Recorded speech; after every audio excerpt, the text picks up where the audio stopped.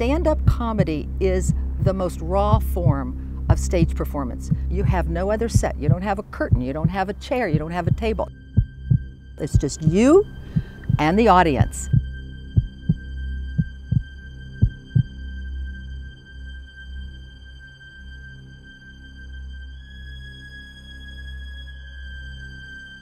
I don't mean to sound cold or cruel or vicious, but I am, so that's the way it comes out. Hey, white people can't dance. Hey, y'all be trying. Y'all be really. Do y'all listen to the words or the beat? I once dated a girl who owned a parakeet. Oh my God. That fucking thing never shut up. But the bird was cool.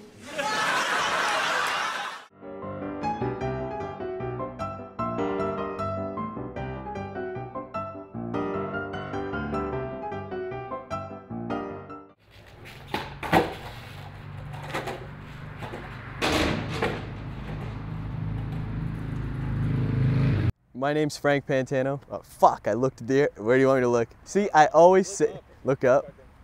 Get out of the way. I know I look like the dude who sold you pop in middle school, right? That's what I look like, right? Or Keanu Reeves. I'm an FBI agent.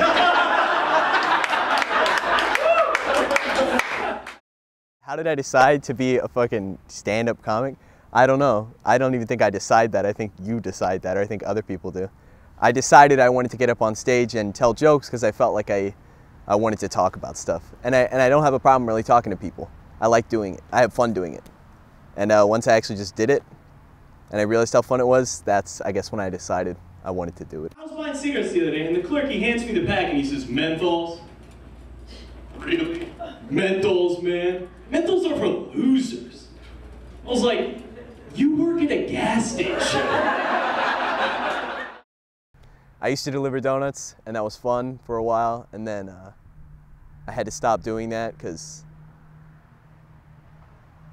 I forgot what the sun felt like. I don't know. Worked overnights doing things like that. It's been a lot of alone time. I spend a lot of time thinking. And just driving out, I'll do all my stores, and I'll drive back, and I'm the only person I see all night.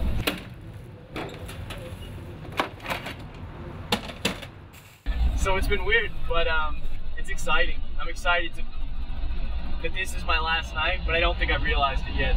After working a job like that for as long as I did, and spending as much time as I did alone, I realized, like, man, what's really important is like what you do in your off time. So when I go to work, I just go to work, but when I get off work, I think, what else can I do? Can I do comedy? Can I create something? Can I do art? Can I do anything? So.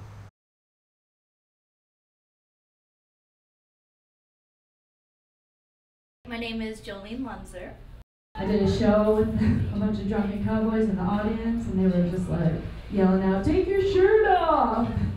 I'm like, really, dude? Because I'm wearing like 3 shirts, so. My parents, they would watch the HBO specials that were big, like in the 80s when I was a kid. I just thought that looks like the best job ever. And I've always been the type of person who's like, look at me, look at me, look at me, mom and dad. So I always wanted to do it, but I was just afraid. Most recently I was at Target, and this guy approached me and he said, "You're a comic, aren't you?" And I was like, "Yeah, how did you know? Have you been to a show?" And he said, "No, you just look funny." I'm from the roughest, toughest, meanest part of Denver, Colorado. Yeah. We was the gangsters. We didn't do drive-bys with guns. We did it with snowballs. Just you bitch!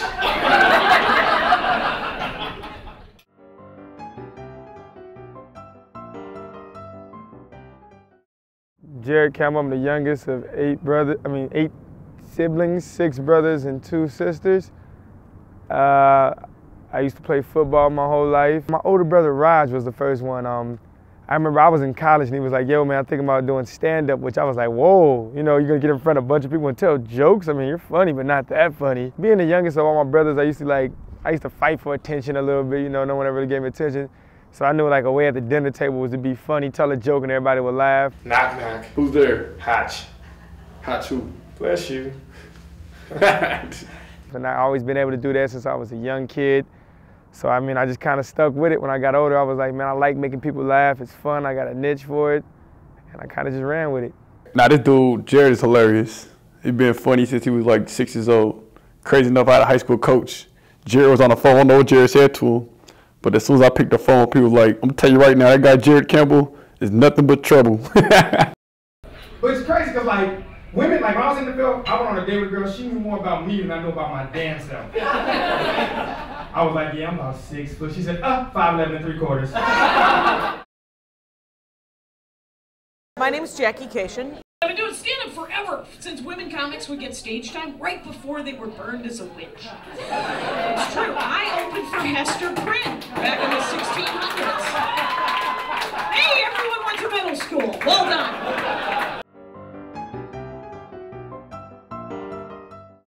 The first time I saw stand-up comedy was live in 1984, and I heckled Sam Kinison. He tried to shut me down. I wouldn't be shut down, mostly because I was almost blindingly drunk. And then management came over and said, hey, open mic is on Sunday, shut up. And so I shut up, but I came back 3 weeks later and did open mic. I love online dating because of the clarity of intent. It's a fucking drop-down menu option, right? I am a woman looking for a man to date. Tappity-tap, tappity-tap, exchange some emails, you dash off to a Starbucks. You look at each other for the first time and then one of you goes, no.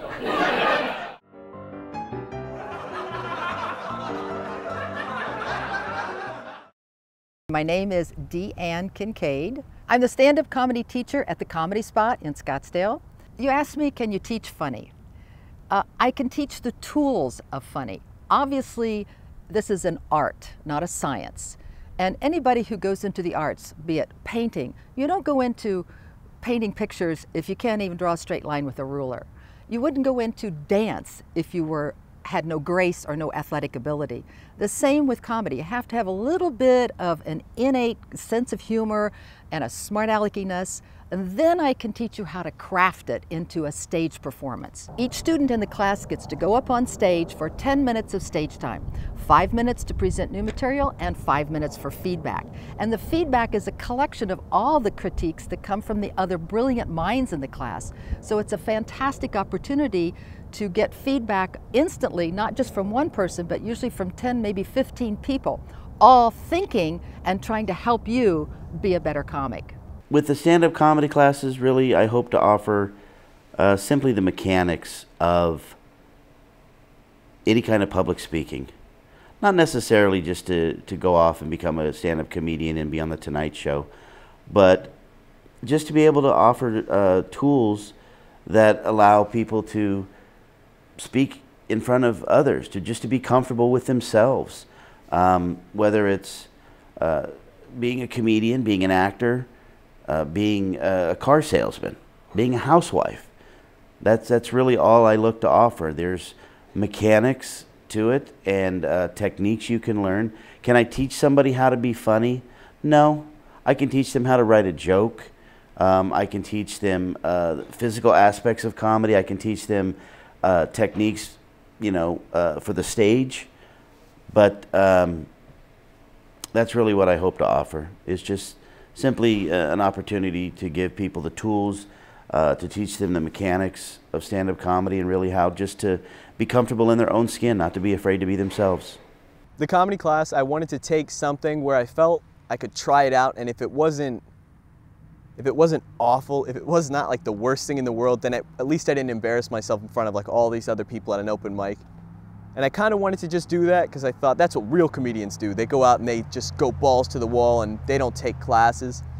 And then I took the class and I felt like that still, and then I realized you can't really teach comedy. So take the class or go to the open mic. What's important is the stage time. And I liked getting the consistent stage time every week. So that made me write more, and that made me pursue it honestly and feel good about what I was doing. And then from there I was able to jump into the open mics and to doing other shows and other things like that. So I think it's important, but I think it comes down to the person. The class won't necessarily make you do what you want to do on stage.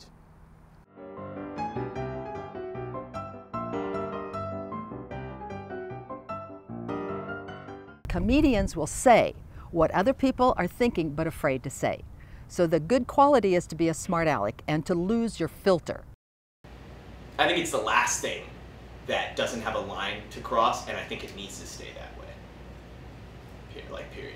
I think that's why I'm attracted to it. I found out white people do love black people. They do. They just don't like groups of black people. Isn't the idea of a president like a little outdated? Like, do we really believe like one man can run an entire country? I mean, don't we kind of frown on single parents? There's like 3 single moms here, like, I just wanted to come out tonight, and now I'm getting harassed by the idiot in the hood. I saw middle fingers back there. Here's how great it is to be white. I could get in a time machine and go to any time, and it would be fucking awesome when I get there. The best way to develop as a comic when you're first starting out is to be original. A lot of people will try to give you material because they don't want to go up on the stage, but they will give you their old, boring material. Find your own voice, find your own perspective, your own point of view. Your life story, your conflicts in life, what goes wrong for you is where comedy is born. If you've had a restraining order, if you've had a divorce, if your house is underwater, if you've had a custody battle, you've got comedy material. Most of my stand-up comes from my experience, my childhood, stuff people say to me. I love it. I love when people say really messed up stuff to me and I can make it into a joke. Just about my issues that I have, whether it's like body issues or emotional issues, and just make fun of pretty much every aspect of my life. I mean, I talk about my mom's alcoholism growing up.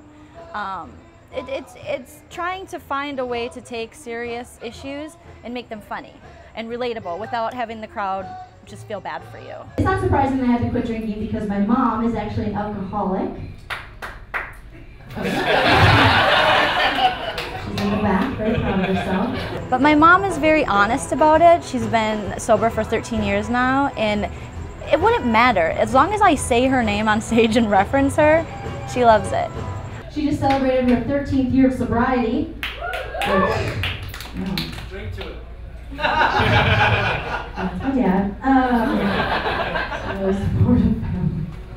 I get my material from everything around me. Everything's like kind of inspiring. Like everything is situations like my friends or relationships. I get a lot from, like I just got out of a relationship with a girl. And I was bummed out because the relationship was shit, but I was really starting to get some good jokes. So that's where I get mine. From tragedy, I guess, or from pain.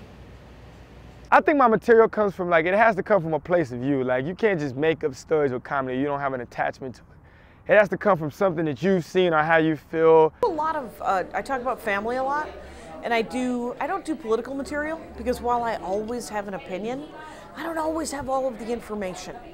So I know it isn't stopping anyone else, but I can't stand it. And so I don't do political material. I do some stuff which might be considered kind of socio-political, just because I talk about my family a lot and all of the decisions that they've made in their lives. And I'm the youngest of 6. And so I get bossed a lot by my older brothers and sister. You can't boss up, it turns out. You can only judge. And that's what comedy is. It's lovely. I think the best comedians, or at least the ones I like the most, are the ones that I see on the stage that are telling stuff that comes from them. And it's not necessarily like things that they thought of only, but it's in the way that they thought of it. It's specific to them. And you watch them on stage, and even you can watch everybody get up and tell all the same jokes about the same topics, but when you see somebody get up and you can tell it's coming from them, you go, oh, that's something special. And it might not be the funniest thing, but it leaves you going like, oh, I'm happy he got to where he got in his mind and was able to make it funny. One time a guy handed me a picture of me and said, here's a picture of me when I was younger. Every picture is of you when you were younger.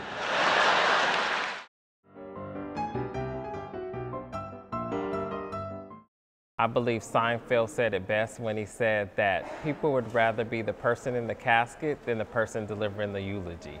So people would rather die than give a public speech. So in this case, people feel like in a larger group you're being evaluated, and so they are consumed by fear. Do you think you'd ever feel confident enough with your jokes or anything to get up on stage and tell them, stand-up wise or something like that? Well, I mean, the biggest part about telling jokes on stage is stage fright. Material I can come up with material, but it's just looking past the crowd and seeing all those folks out there. That may hinder me from going on stage. I feel like physically ill. And I go, why do I want to do this? Why can't I just go sit home on Netflix and watch, every season of Buffy the Vampire Slayer? Why do I want to put myself in front of these people who might hate me, and there might be silence? So I get really nervous. I actually can't even eat up to 4 hours before. But then it's funny, once you're on there, on the stage, and you get your first laugh, it's like, okay, and you kind of get into a groove. And sometimes it can be like a roller coaster, you ride it and then you crash and burn, or sometimes you can ride the waves. The second I get on the stage, or whenever I'm doing the comedy, it's like, it's clear. Things are slowing down, like I know where my jokes are going, I'm like, all right, I see that over here, I'm gonna get to that later. And while I'm telling a joke, or while I'm telling like something, I can go like, oh, I should say that in a little bit. Mess with this girl for a little bit, then get into the joke that goes with it. And this person's kind of a bitch. I don't really like her. Like, I can think like that very clearly once I'm up there. But it's really the best high I've ever felt is being on stage and getting laughs and having people just pay attention and focus on you. In 1997, I moved to Los Angeles, and you got to run up the flagpole. You got to go to New York or LA and see if anyone cares, and they did. They've been very nice. Everyone's been very supportive, very lovely. When comics move to Los Angeles, they make two mistakes, in my opinion, that are easy to make. You can get bitter, you can get angry when you get to LA, and that comes of not finding people that you like to hang out with. You got to choose to like it, you have to find people that you genuinely like to hang out with. That's one thing. The other thing is they forget that whenever, like people have been working on their stand-up in whatever city they're from, very hard for years, and then they move to Los Angeles or New York or anywhere, and they forget that nobody knows who the hell they are. Why would they? You are not famous, and you have an advantage if you're funny. If you've spent 6 years or whatever working on your craft somewhere else, in Chicago or Phoenix or wherever you are, and then you go to Los Angeles, you still have to do the things. You have to go to open mics. You have to initiate contact. You have to spend as much time as you did when you first started out hanging out.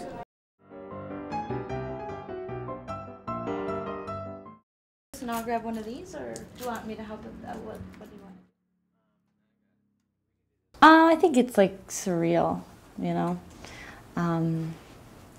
I feel weird. I think it'll hit me when I'm driving away, and I'll probably cry, because I'm a girl and I get emotional. But yeah, I think it doesn't seem real yet, because I've lived here for 6 years, and it seems like a normal Sunday right now. I mean, because my apartment's empty and it's clean, so that's not normal. But yeah, I think it's just surreal, and I'm excited, but I'm also sad. It's just a very weird feeling. I'm hoping for just a good experience. I want to meet nice people, and I want to get better. And I think that's what's exciting about moving, because we're moving into a different market of comedy. When you're surrounded by people that are good, hopefully that makes you step up your game and get better. It's a crazy dream, and there's a 99% chance nothing will ever come of it, but if I don't ever try, I don't want to be 80 and like, I never did it. I don't know if I have any long-term goals as far as comedy. I'd like to believe that I'm gonna go off and do all these things and be famous, and not famous in like stupid, dumb famous, like Huffington Post, celebrity famous, but famous in my own sense, feeling like I'm getting recognized for the work I'm doing. If I get to that point, that's my long-term goal, to be somewhere with it that I feel good about. But if that doesn't happen, I'm not gonna like stab in the back and like fight and claw my way to the top and like. I think that you will get there and you want to be the person you want it to be anyways. Comedy's something you got to take time. It doesn't just come easy. It's not like one of the things like, hey, I'm Richard Pryor today, or hey, I'm Chris Rock, I've been working jokes. It takes years upon years and practice and failing and practice and succeed and all that works, and it contributes. And so you can't over jump your boundaries, and that's what I'm learning, to be patient. Like, don't try to jump on the big stage before you're ready. You always have to keep working, and you know, it's hard to both believe in yourself and be slightly humble, but it can help to, if you believe in yourself and you're grateful, that might help. Because the gratefulness will keep you slightly humble. But you have to believe in yourself if you're going to do stand-up. There's just something wrong with all of us. There really is. And the way we see the world is we look at it with, I think, a critical eye, and we take things that people might just go, oh, whatever, and dissect it and read too much into it, and think everyone is talking about us and we're paranoid people. I think the biggest reward of doing comedy is like, it's a chance to be heard, man. You'd be surprised when people just want someone to listen to them, where they could talk and people listen to them. And I feel like comedy, yeah, you got to do it in a joking way, but it's like really just, it's shedding what's on you. People are just sitting there like, hey, we want to listen to you, hear what you got to say. And I mean, I love that about it, man. It's a chance for me to go out and tell where I'm at in my life.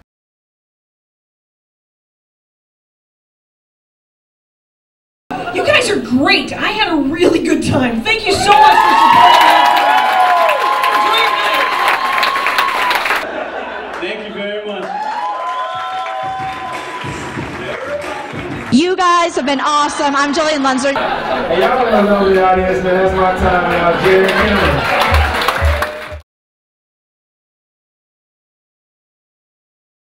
What advice would I give to comics or people that wanted to become a comedian just starting out?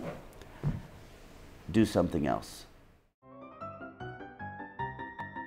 And if somebody talks to you, if they say, like, hey, what's going on, man? Do you want to get a Sprite or something? Not a Sprite. Or to be 13. Hey, man, do you want to go get a couple Sprites? Some gummy worms?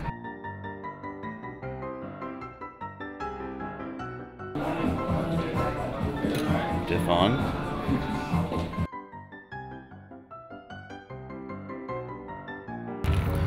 So I'm going to tell all these ones tonight. I'll tell this one. Well, I'll open with this one and I'll go around. Are they funny? Yeah.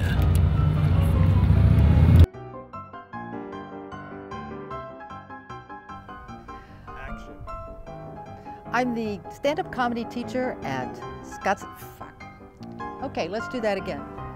Take two.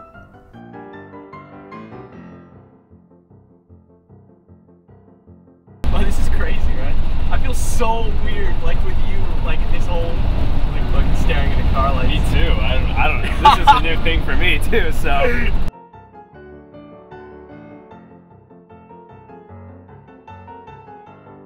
And we better not die in the first 5 minutes either. Yeah, either. We kind of movie is Monster this? gonna come out and attack us like, ah, we gonna be dead. Hey, that happens in documentaries too.